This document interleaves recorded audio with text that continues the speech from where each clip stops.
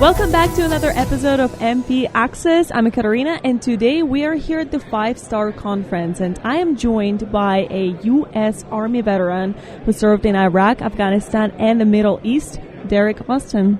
Thank you so much for being here today. Well, thank you very much for having me.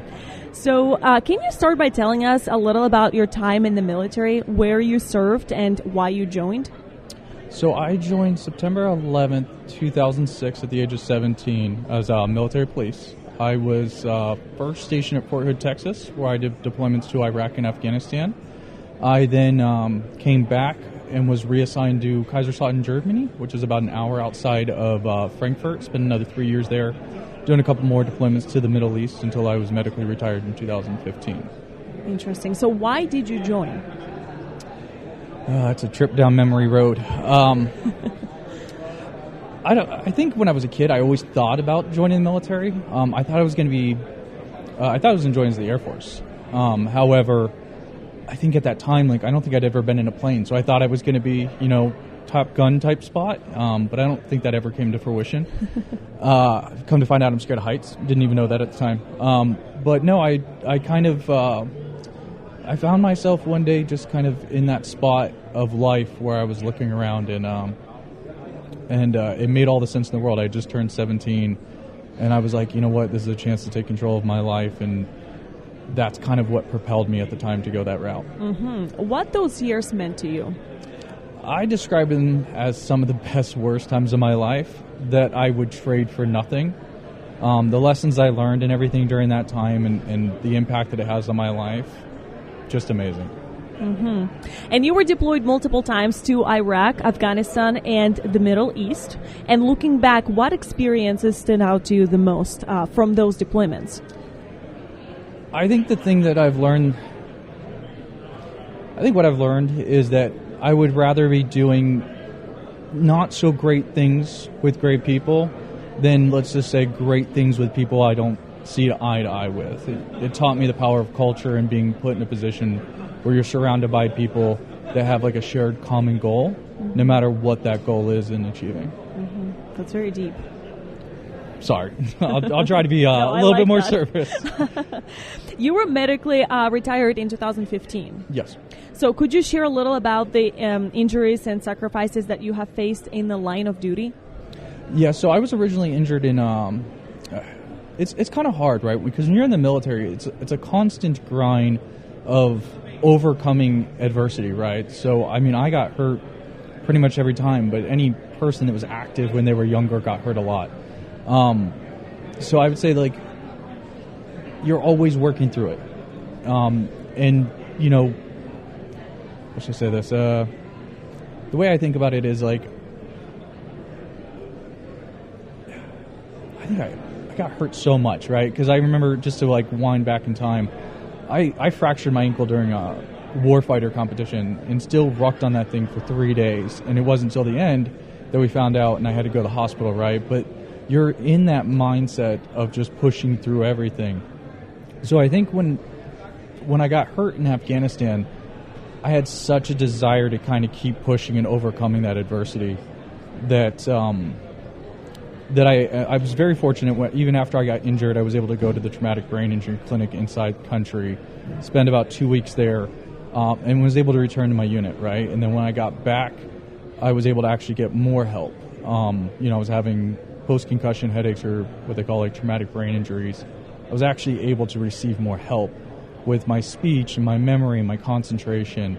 And I was kind of able to hang in there for about 3 more years until... kind of the doctors and I just had to sit down. They were just like, hey, I think it's best for you to kind of separate. So that's kind of what led to my medical separation. Mm-hmm. So, it's kind of hard to connect all those dots, but I think any time that you're in the military, it was such a culture of everybody's in pain. We're talking about 2006 to 2015 during, the Iraq and Afghanistan campaigns. So every man was needed, right? So you just don't want to get out of the fight till it doesn't make any sense anymore, and you're kind of slowing everybody down. Mm-hmm. And you briefly mentioned that you had trouble with memory. So besides just physical recovery, there was some mental recovery too? Yes. Like I was trying to hint at, you're in when you're in Afghanistan after I got injured, like I was able to finish that deployment. But when you come back, you start having an opportunity to reflect on everything. Whereas when you're downrange, you're getting ready for the next mission. You know, we're running missions every single day.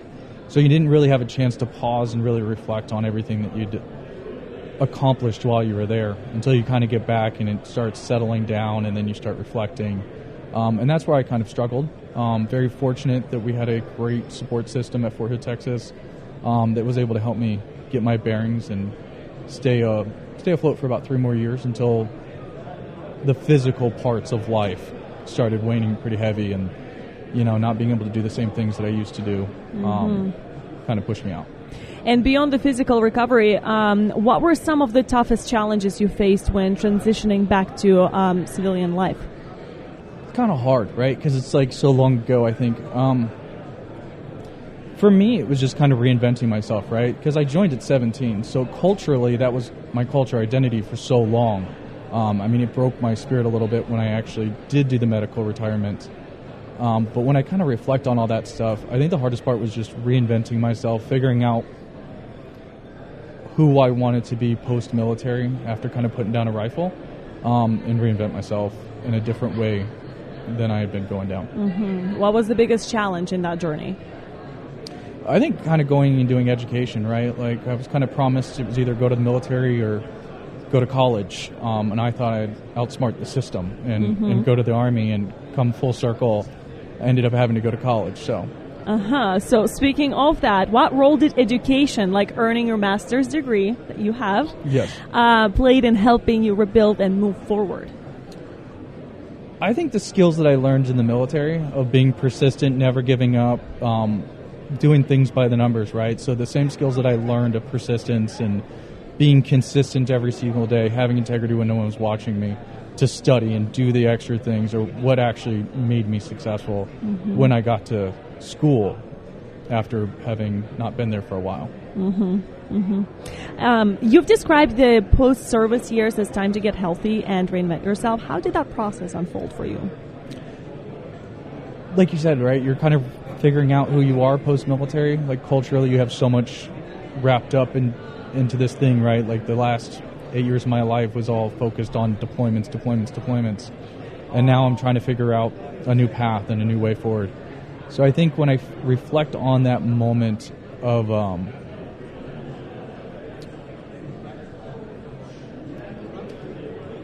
you got to unwind, right? Like I'd say that the first year I was scared to grow a beard because they're taught you always have to be shaving.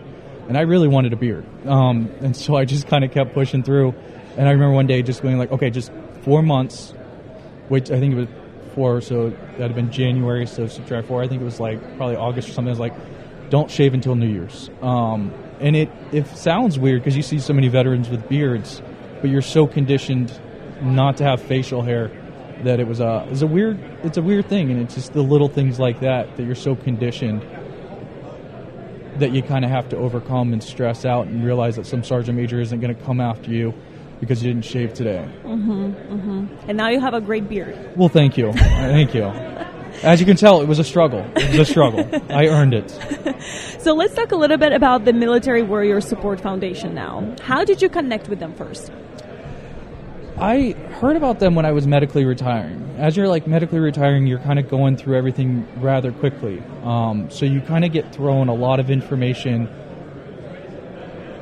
because they kind of make their decision, and then you have an exit day, right? So you're trying to not only, you get their decision and you get out of the military rather quickly, and I was stationed in Germany, so just a lot of moving parts. So you kind of have to prioritize everything and look at what's important, where am I going to go to school, how am I going to go to school, where am I going to live, especially when I couldn't do any recon from Germany.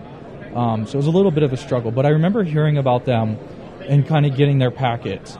They had like a pamphlet that was in this big, little old now, but I had like a big binder just full of stuff that I needed to accomplish. And like, so when I got out, that's when I sat down and remember just kind of going through that packet post separation and going, did you do this? Did you do that? Did you do this? And so then that's where I remember re-seeing it and applying for their program. And speaking of that program, at first you thought that their house Oh, yeah. giveaway is a scam, and then turns out it's not. Yeah. What did you felt in that moment? So it's weird, right? Because like I had separated, and as I'm kind of hinting at, you're trying to do so much post-military. You almost feel like you're kind of behind in life. I remember I was just sitting there one day getting ready for a physical therapy appointment, and I just got a random call, and it's weird because I don't ever pick up the phone. Like, it goes straight to voicemail if you call me if I don't have your number saved. But I remember picking up the phone, and the guy kind of talking to me. He's like, "Oh, this is," and I was like, "Telemarketers." Like, I don't. You know, whenever you pick up the phone for someone you don't know, you're very hesitant about the situation and very suspicious. And I was just ultra suspicious. And I remember being like, "Okay, yeah, can you like send me an email and I'll look at it?" And then I remember hanging up and just like, "Oh, whatever." Like any other telemarketer that you'd want a free cruise type situation. And then we got to a spot where we stopped. I remember I left for the physical therapy appointment, and I opened up the email and I saw their emblem, and it all just kind of clicked right back to the pamphlet, just like it did when we were talking, of just remember seeing it as it opened up that pamphlet of all the stuff I had to get done after post-appointment, after post-separation, and I was just like, oh, this is a real thing. So it was it's surreal. I mean, even a couple years later, it still feels very surreal to have that type of generosity bestowed upon me. Yes. Thankfully, it wasn't a scam. Very fortunate. How did receiving that home impacted your life? Well, I'd say the best part about it is that I got it a couple months before COVID, right? So I was still in school trying to figure out, what I was going to be doing. And so I got the house, and then COVID hit. So, I mean, it was a great situation of so much instability in the world, and I was very fortunate to have that house, right? So at the time I was still in school.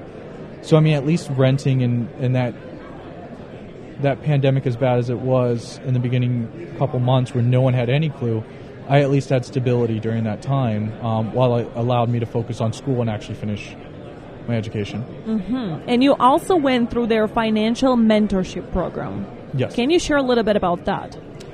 Well, it's great because it's one thing to give somebody an opportunity, but making sure that not only just kind of gifting it to somebody, but making sure they have the tools to be successful long term. I was very fortunate that I feel like I was doing most of the right things, and they just kept me honest for 3 years, right? It was an easy conversation with them every single month.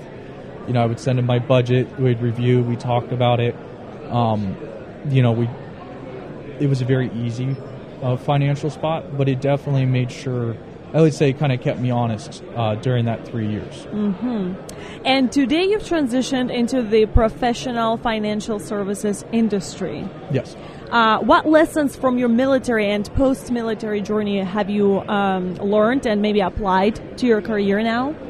Yeah, I think the skills that I learned in the military have been just so impactful, right? Like integrity, doing the right thing. No one has to check to make sure that I'm on the computer at the right times, or I'm on meetings or following up stuff. Not scared of being wrong, being able to take initiative, stuff like that. Those are the things from the skills that I developed in the military. As far as like deployments go, right? Like I was a very young sergeant. I made sergeant at 20, and I was leading soldiers in Afghanistan. You quickly realize that like nobody's ever ready.